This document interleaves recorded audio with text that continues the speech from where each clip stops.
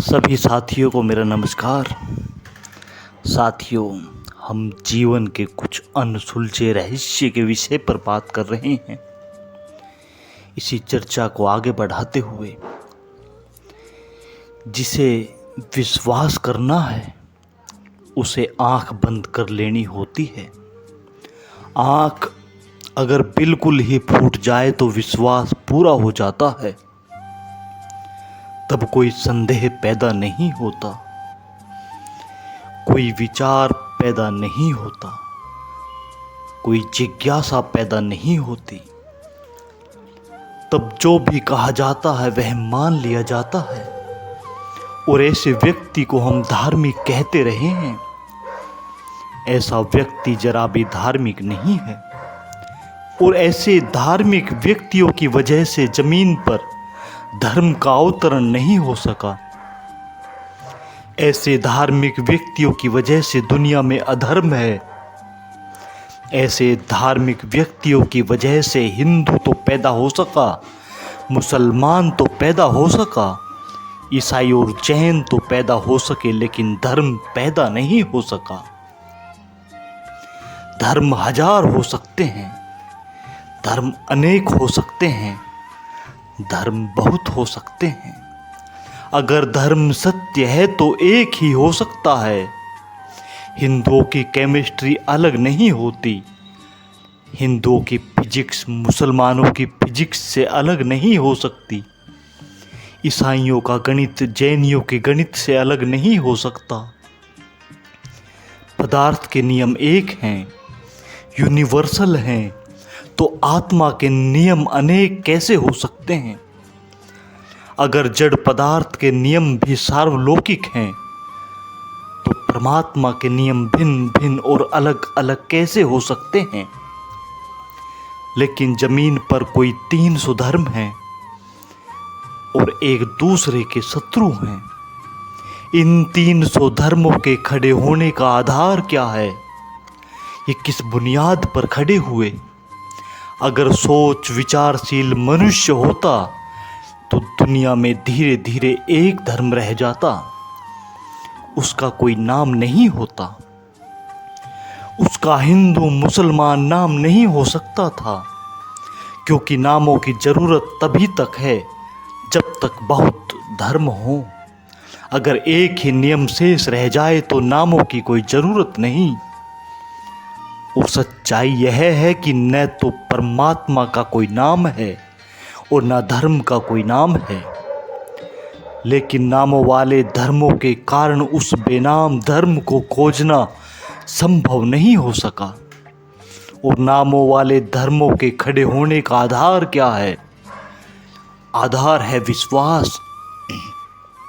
इसीलिए हिंदू मुसलमान के कितने ही विरोध में हो, ईसाई हिंदू के कितने ही विरोध में हो, लेकिन एक बात पर वे सब सहमत हैं कि विश्वास लाओ, विश्वास करो। विचार विरोधी हैं, इसीलिए विचार से सभी को डर है। विचार संदेह करता है, डाउट करता है, इसीलिए विचार से सभी को भय है। विचार मत करो, सिर्फ स्वीकार करो। संदेह मत करो, सिर्फ श्रद्धा करो। यही शिक्षा रही है और इसी शिक्षा का परिणाम यह होता है कि मनुष्य के भीतर जो सोया हुआ विवेक है उसके जागने पर ताले पड़ जाते हैं। उसके जागरण के आसपास दीवारें खड़ी हो जाती हैं। उस विवेक के जागने का कोई कारण नहीं रह जाता।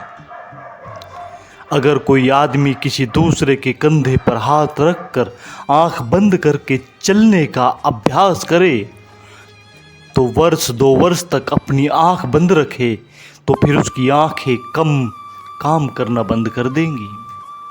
अगर कोई आदमी अपने पैरों को बांध कर बैठ जाए, वर्ष 2 वर्ष में उसके पैर काम करना बंद कर देंगे। जिन अंगों का हम उपयोग बंद कर देते हैं वे मुर्दा हो जाया करते हैं। जो आदमी विश्वास कर लेता है वह विवेक से काम लेना बंद कर देता है। विवेक मर जाया करता है, रह जाता है विश्वास, और विश्वास अंधा है। अंधा विश्वास आत्मज्ञान में नहीं ले जा सकता। आत्मज्ञान के लिए चाहिए आंखों वाला विवेक, अंधा विश्वास नहीं। और जरूरी नहीं कि विश्वास आस्तिक का ही हो, विश्वास नास्तिक का भी होता है। एक आदमी का विश्वास है कि ईश्वर है, उससे पूछें कि वह जानता है ईश्वर को। अगर वह नहीं जानता और उसने मान लिया तो उसने अपने जीवन को एक असत्य पर खड़ा कर दिया। एक आदमी कहता है ईश्वर नहीं है, उससे पूछे वह जानता है कि ईश्वर नहीं है। अगर वह नहीं जानता है और उसने किन्हीं की बातों को मानकर यह स्वीकार कर लिया कि ईश्वर नहीं है, उसने भी विश्वास कर लिया, उसने भी अपने जीवन को एक असत्य पर खड़ा कर लिया है। नास्तिक और आस्तिक दोनों का जीवन असत्य का जीवन है। धार्मिक व्यक्ति न तो आस्तिक होता है न नास्तिक होता है। धार्मिक व्यक्ति तो खोजी होता है। वह स्वीकार नहीं कर लेता यात्रा के पहले, वह मान नहीं लेता, वह खोज करता है। और जिस दिन उसके प्राण किसी साक्षात को उपलब्ध होते हैं, उसी दिन वह जानता है और उस दिन मानने की फिर कोई ज़रूरत नहीं रह जाती। उस दिन विश्वास करने की कोई ज़रूरत नहीं रह जाती। उस दिन वह जानता है, जानना ज्ञान मुक्ति लाता है। विश्वास मान लेना बंधन पैदा करता है और ये बंधन, विश्वास के बंधन हमेशा बाहर होते हैं, क्योंकि विश्वास जब भी हम करते हैं तो किसी पर करते हैं, वह बाहर होगा। इसीलिए विश्वास हमेशा बहिर्मुखी है और ज्ञान हमेशा अंतर्मुखी। जिसे स्वयं को जानना है उसे विश्वास का रास्ता छोड़ देना होगा और ज्ञान के रास्ते पर चरण रखने होंगे।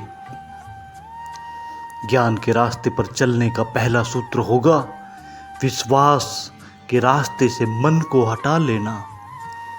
हम सारे लोग विश्वास के रास्ते पर हैं, इसीलिए चाहे हम मंदिर में जाते हों, चाहे मस्जिद में, चाहे शास्त्र पढ़ते हो और चाहे पूजा करते हो, हमें स्वयं से साक्षात नहीं हो सकेगा। विश्वास के रास्ते से कभी भी ज्ञान का साक्षात न हुआ और न हो सकता। विश्वास सबसे बड़ा अधार्मिक गुण है। मनुष्य के व्यक्तित्व को बांध लेने वाले और अंधा कर देने वाले सूत्रों में विश्वास पहला सूत्र है।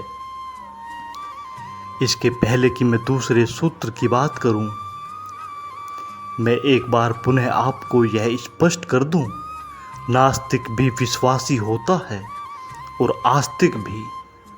इसीलिए यह न सोच लें कि मैं विश्वास छोड़ने को कहकर नास्तिकता सिखा रहा हूँ। नास्तिक भी विश्वासी होता है और आस्तिक भी, क्योंकि दोनों नहीं जानते। उन्हें जानने में जो भी स्वीकार कर लिया जाता है वह अंधा कर देता है। इसीलिए ज्ञान के रास्ते पर पहली बात यह जान लेनी जरूरी है कि मैं नहीं जानता हूँ, और इस न जानने की स्थिति में कोई भी विश्वास करना खतरनाक है, क्योंकि विश्वास से यह भ्रम पैदा होता है। न जानते हुए यह भ्रम पैदा होता है कि मैं जानता हूँ। आज बस इन्हीं शब्दों के साथ मैं अपनी वाणी को विराम देता हूँ।